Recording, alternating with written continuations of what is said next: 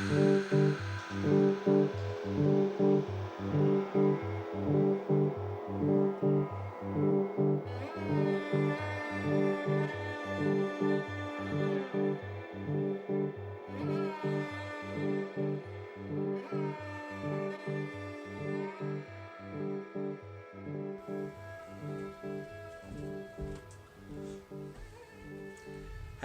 I'm Benjamin Noah, spiritual artivist, and today we're here to talk about this painting, The Perseverance of the Mother.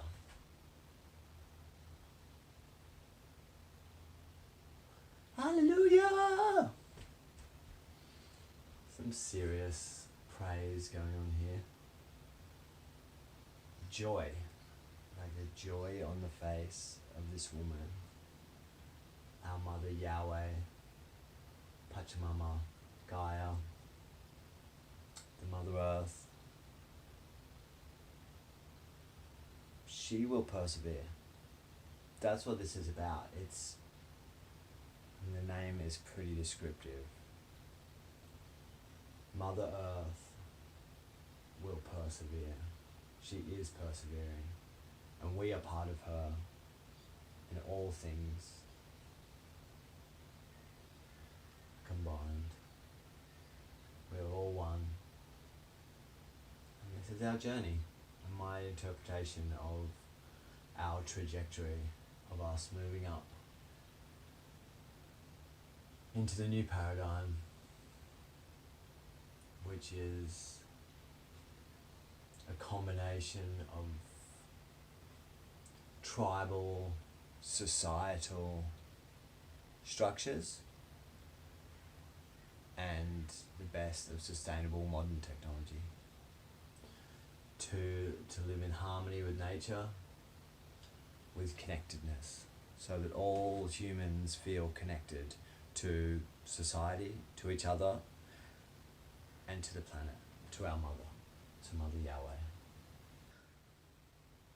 So this piece is huge. It's just under 6 foot high.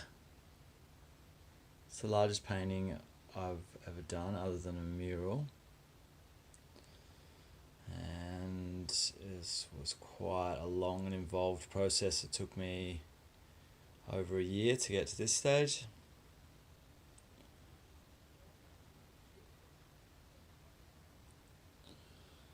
Let's go down the bottom and start at the bottom. So I had the concept of this painting, and my motivation was to give people hope. For people to be able to look at this and have hope that our world would keep on going. And I guess it's around the time we started becoming aware that we were in the middle of in the stages of the 6th mass extinction event. This scene at the bottom, you can see over here,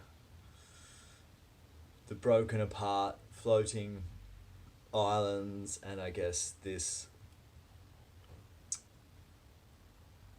depicts the coming together of just the solid mass of the earth, from being floating rubble in the sky to joining together into a ball, and then you've got this kind of earthquakes zigzagging through, cracking through the mantle of the crust, and the very highly volcanic scene here. A giant dragonfly. So it's at this stage on planet Earth, there was really high oxygen levels. Is that it? Oxygen levels? The lower gravity, or one of those things. Anyway, so what that meant is that there was insects like this that were just massive. Like this guy might have been 2 meters long, and his head as big as a watermelon maybe. Imagine that buzzing around. And we come down here and we've got this kind of creek scene, water scene.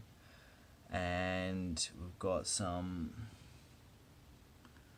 of these ancient fish here, and then one of them's starting to come out of the water. And the creek goes up into the valley. And over here we've got another one of these massive, it's not an insect, is it? It's got so many legs. But one of these huge ancient creatures scuttling around. Another one over there that might be like a horseshoe crab or something similar to that. And then the pine trees. So that's the first scene. Then we'll follow the legs up the knees, up the thighs. And we'll start over this side again. We've got plesiosaurs, pterodactyls. I can't remember the name of this one. It's kind of like a savage dolphin. And there's fish in there. And big iguanodon off in the distance. And we've got the Stegosaurus, my son's favourite. And these other dinosaurs here running along. And there's another big crack in the middle here. And then there's the Ice Age. And you know, like, this is completely incidental here, but this tummy and then that big crack there, and I didn't plan this at all, but it kind of looks like the meteorite hitting the earth. Boom! Blocking out the sun, and then what do we got after that? Ice Age. So this is, I don't know, this is how I've intuited, how I've recognized this theme in the piece. Like, it was totally unplanned and might not be historically correct, but it's interesting the way that has played out on the piece, unintentional. Okay, now we've got our kind of human beings, medieval, the princess with a long flowing skirt, white, kind of just goes into the white at the background there, riding this massive horse up to this castle. So many people at the castle. Read into that what you will. Where is she going? How many people there? Some odd angles and stuff going on in this castle. And then we've got this man farming here, and he's got his big bull, his oxen, and he's ploughing the fields. Agriculture. Interesting. And then how does agriculture change over time? Oh, then we've got the combine harvester at the other end, and it's harvesting, maybe it's harvesting wheat or corn. Something like that. And there's a row of trees in the background, and then we've got a row of houses. There. Suburbia. Buildings, skyscrapers, possibly Twin Towers kind of vibe there. Sydney Opera House vibes. These big mountains, the houses go off into the distance. They just keep going and going. The buildings rising up, rising up.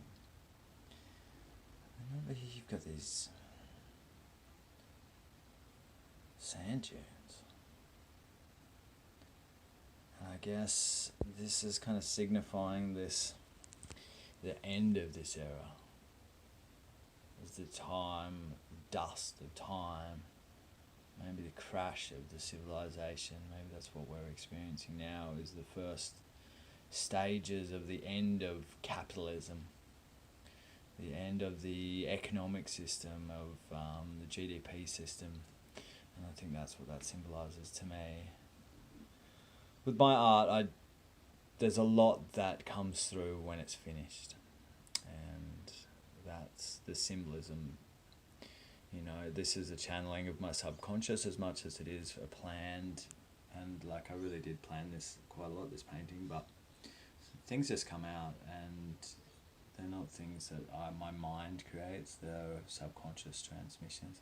With a helicopter, we got a fighter jet, and then we've got like a passenger plane.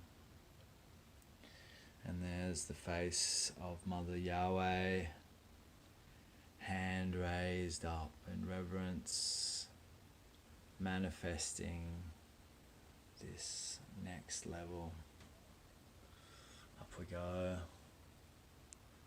This, I don't really know what that means. Maybe that's because I think it's kind of like this is becoming real.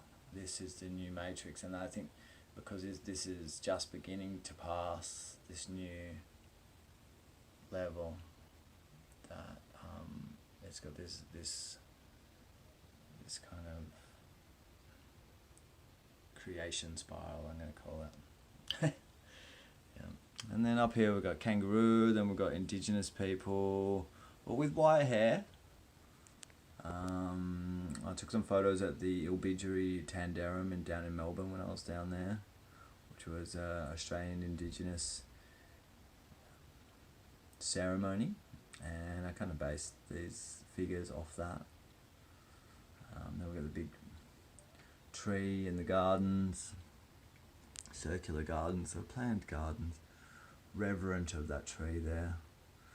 And then we have this scene here, we've got some kids running around with some kind of animal, a temple kind of structure in the middle, 3 people meditating in a cave there in one of these huts, these man-made earthen huts. I imagine they've got grass all over them, and we've got all these little houses and some people running around in there, and these are all these earth ships. These are buildings that are made from soil and clay and natural materials. They're fully sustainable, and they use the earth, the wind and the thermal mass to keep cool. And then over here we've got these other structures, and I imagine they're set into the mountain as well. Maybe big glass panels, maybe there's greenhouses for growing certain things in there that that you don't want exposed to the elements, so you want a bit of more of a controlled environment. Trees, birds, and then a big dome there, maybe a meeting place or a place where we can work on building sustainable technologies. Up the mountain, some little trees there. We're going to come back down this side. Here we got this, the creekway and the waterfall off the side. Strange figure here. This kind of wizard, is he a wizard or is he Grim Reaper? He's got this kid with him. And then there's a spiral of more gardens. And there's a couple holding hands over there when they're going for a walk. And then we've got this here, and this is the star tetrahedron or the Merkaba. And I planned this to look like a building, and I've always thought it would be amazing to build a building that was just a big Merkaba, big star tetrahedron. But to me, it almost kind of looks like a spaceship. So what that means, are aliens going to come here? Are we going to leave this planet? What does that mean? I'm not 100% sure of that. Or it's just my imagination, and yeah, we'll see. And then here we've got the waterfall coming up, and then now this is really interesting, this top bit. Now I was just painting, I was just playing with the brush, and this void, this well, this portal just appeared, and it's, I think, and I was just like, wow, that has to be there. I don't know where it came from, I didn't plan it, and I think it just means that there's been, this is this journey, through this life, and this is the elevation, the highest elevation of us to transcend the human condition, and to elevate our consciousness into this void of consciousness. So that's really been very interesting to me. I'm going to pan back out so you can see it in its entirety. Now,